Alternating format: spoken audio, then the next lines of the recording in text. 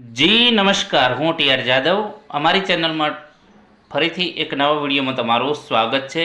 મિત્રો, GSRTC helper માટે ઉપયોગી ભારત સ્ટેજ એમિશન સ્ટાન્ડર્ડ શું છે તો તેના વિશે આ વિડીયોમાં ચર્ચા કરીશું.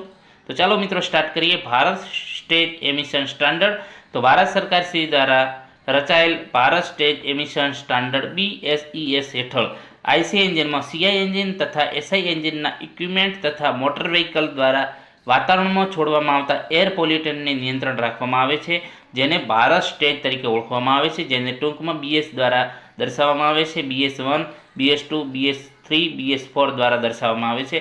Ministry of environment and forest and climate ચેન્જના જે નિયંત્રણ હેઠળના central pollution control board CPCB દ્વારા ભારત સ્ટેજના દરેક એમિશન સ્ટાન્ડર્ડ અને તેની સમય મર્યાદાઓ નક્કી કરવામાં આવે છે.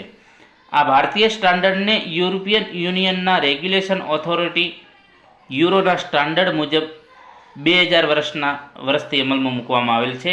નવા વાહનના ઉત્પાદકો દ્વારા યુરો સ્ટાન્ડર્ડને ધ્યાનમાં લઈને તેને અનુસરવામાં આવતા હોય છે. આ મુજબના સ્ટાન્ડર્ડને અનુસરીને પ્રથમ 2000ના વર્ષથી ભારતમાં અમલમાં મૂકવામાં આવેલ છે, જેને ઇન્ડિયન 2000 તરીકે ઓળખવામાં આવે છે.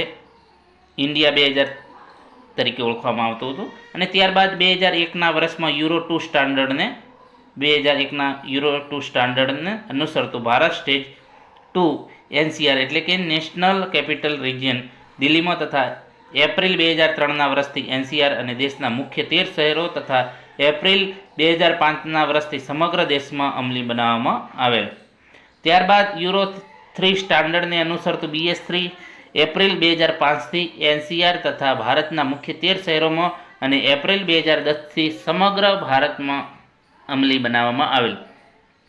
ત્યારબાદ યુરો 4 સ્ટાન્ડર્ડને અનુસરતું ભારત સ્ટેજ 4 એપ્રિલ 2010થી NCR તથા દેશના મુખ્ય શહેરો તથા એપ્રિલ 2016થી સમગ્ર દેશમાં અમલી બનાવવામાં આવેલ.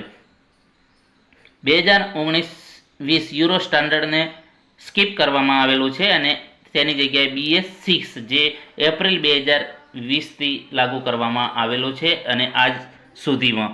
તો મિત્રો એના પછી BS7 પણ એના પછી આવી જશે 2025-26 મતલબ કે 26ની આજુબાજુ આવી શકે છે. તો મિત્રો આ ભારત સ્ટેજ જે છે તેના વિશે ચર્ચા કરી.